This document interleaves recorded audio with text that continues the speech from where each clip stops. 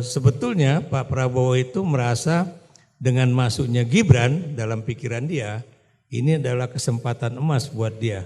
Karena pasti Jokowi itu akan menggunakan eksekutif power dia ya, dan melakukan apa yang disebut executive orders dia juga ya, untuk kemudian bisa melakukan apa saja ya, untuk bisa memenangkan sang anak ya.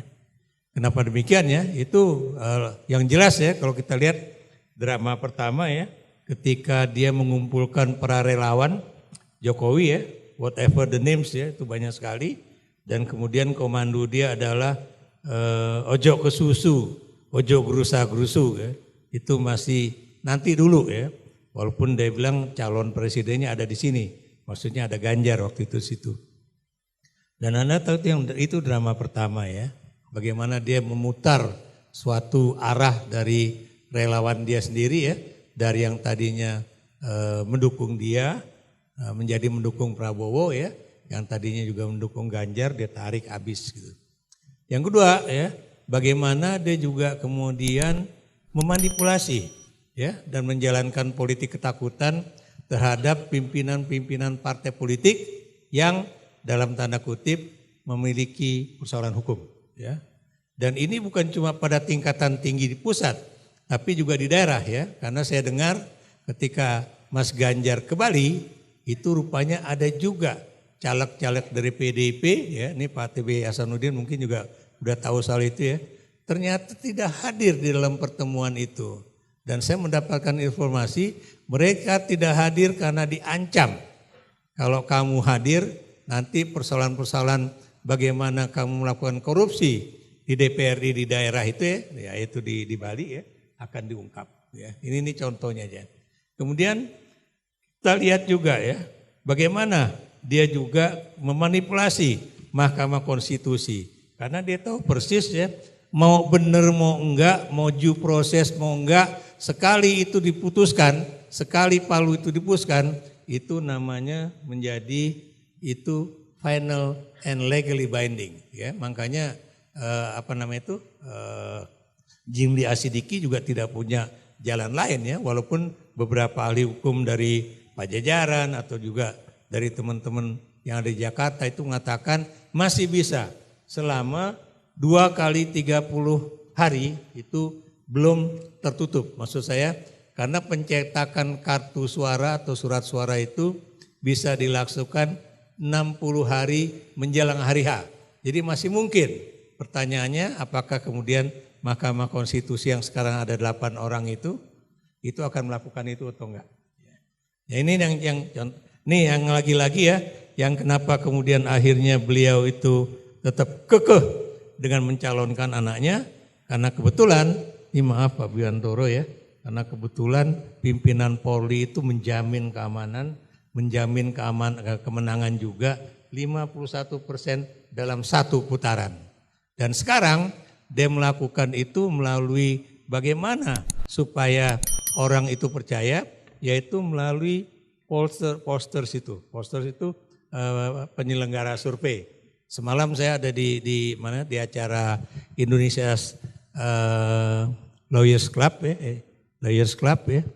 Itu ternyata teman saya alumni dari UI juga, cuma dari Fakultas Psikologi, Muhammad Khodari, dia mengatakan ini kecenderungan satu putaran 51% bisa tercapai.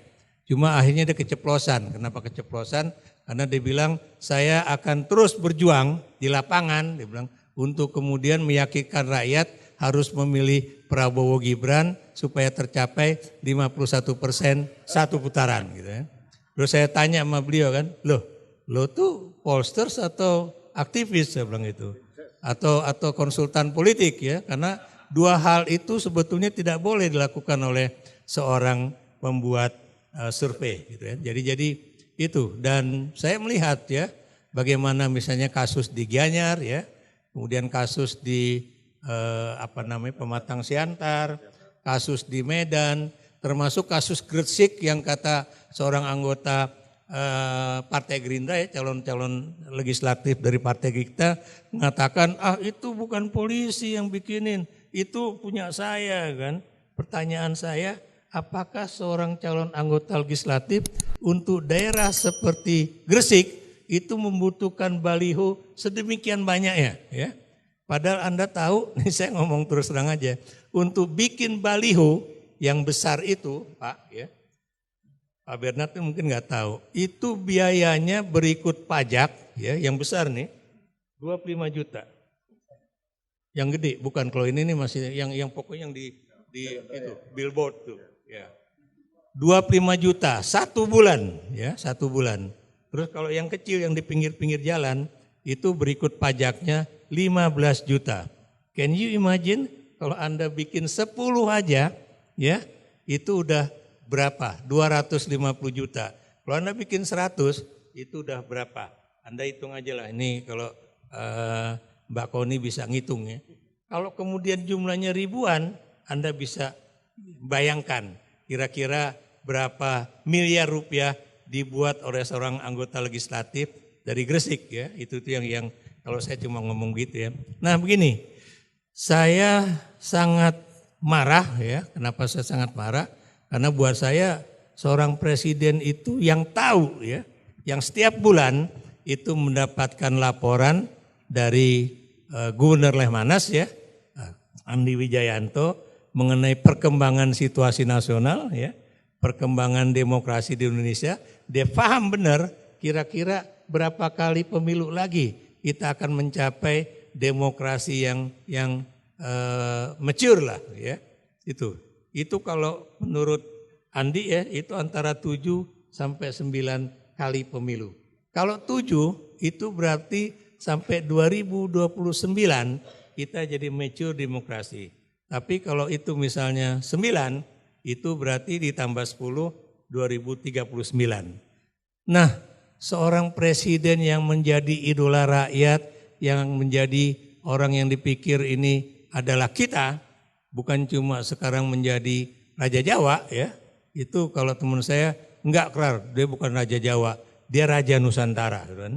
Kenapa demikian? Karena kekuasaannya bukan cuma di tanah Jawa tapi juga di Nusantara. Dan menurut saya beliau itu bukan cuma seorang presiden yang kekuasaannya dibatasi oleh undang-undang, oleh lembaga legislatif dan yudikatif, tapi dia sudah sampai tingkat di dalam pemikiran dia, menurut saya itu adalah negara adalah saya, seperti saya tulis di media Indonesia ya. Kenapa demikian? Dia nggak bisa lagi mendengarkan orang ngomong apa. Dia udah tertutup telinganya, dia udah tertutup matanya untuk bisa melihat bagaimana masa depan Indonesia. Dan buat saya, ini penutup aja ya. Beliau adalah orang yang merusak masa depan anak-anak bangsa kita. Beliau adalah orang yang kemudian memutar balik arah reformasi kita mundur lagi lebih dari 25 tahun yang lalu ya. Beliau juga adalah orang yang tidak peduli pada demokrasi. Dia nggak peduli pada reformasi. Hanya untuk menjadikan sang putra sulung menjadi wakil presiden Republik Indonesia.